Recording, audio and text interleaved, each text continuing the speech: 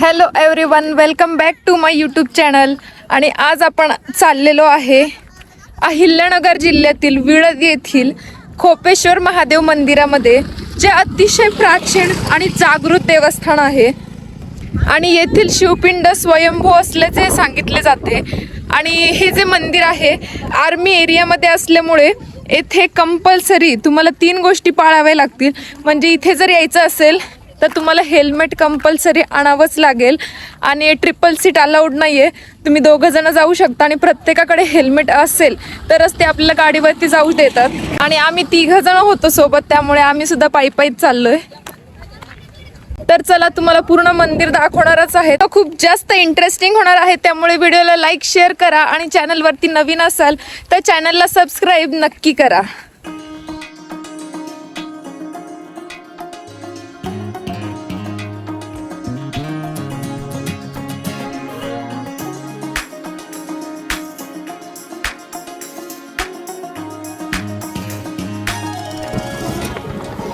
आज श्रावण सोमवार असल्यामुळे खूप जास्त गर्दी सुद्धा आहे मंदिरामध्ये.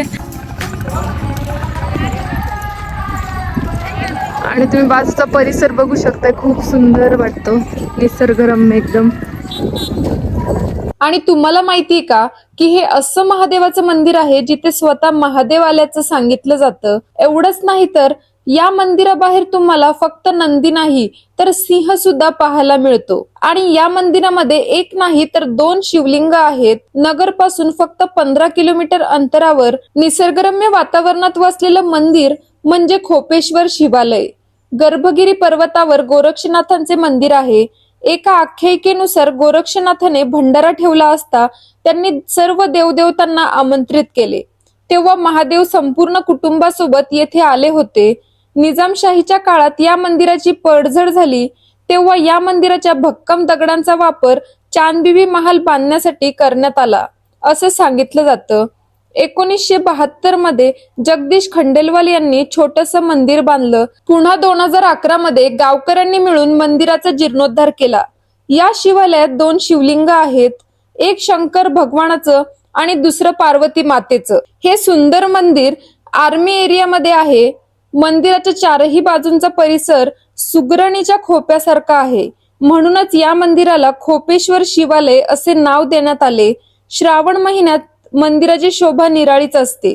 निसर्गरम्य वातावरण, शांत परिसर मनाला प्रसन्न करून टाकतो. तर तुम्हाला या मंदिराबद्दल माहिती होतं का?